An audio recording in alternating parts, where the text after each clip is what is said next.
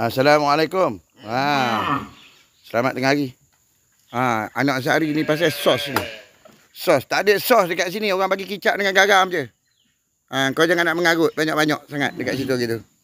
Kau cerita sos, kau ni sos, kau ni sos, kau ni sos, kau ni kau curi. Kereta motor aku kau curi dekat situ. Kau sila bagi penjelasan kepada orang ramai yang tanya kau gitu. Kenapa motor tu kau guna untuk ragut kawan tu? Kau pusing belik, kau ada di dalam rumah aku, kau colik anak bini aku. Ni Zainal Zamsari.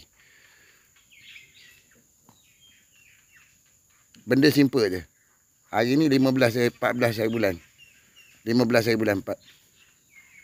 15 hari bulan 10 2025. Bersamaan dengan 23 Rabiul Akhir 1447 Hijrah. Kau tolong cerita sikit. Macam mana kau adik-beradik tu dengan adik perempuan kau tu pergi ke situ. Lepas tu nak dikeranikan oleh kau tu. Dikeranikan oleh bapak kau. Selepas dia kena tangkap belakang, rumah setingkat belakang Balai Polis Gambang. Dekat Lombong belakang. Ni tolong sampaikan video ni apa benda kepada ketua polis Pahang.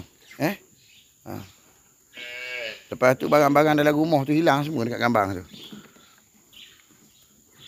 Lepas tu duduk dekat Sungai Semuji tu, bagi tahu abang tu yang kerja dengan saya dekat Agro-Tourism dengan Agro-Tourism, kita kerja dekat sana sekejap gitu sementara waktu kan. Selepas kena serang dekat Maybank tu pasal gaji tu, nak minta KSN ni dekat mana Zainal Zamsari ni dengan Masitah ni dengan kelompok Dapi ni Nazira ada gaji, dia pencen dekat mana. Dia kata dia ada sayang pencen dia gitu, dia ganggu saya gitu, habis barang dalam rumah saya. Kedai saya pun kena ceroboh, kereta motor saya yang ada pembabitkan KSN Ali Hamzah gitu hilang semua. Okey, terima kasih, kita jumpa lagi next video insya-Allah.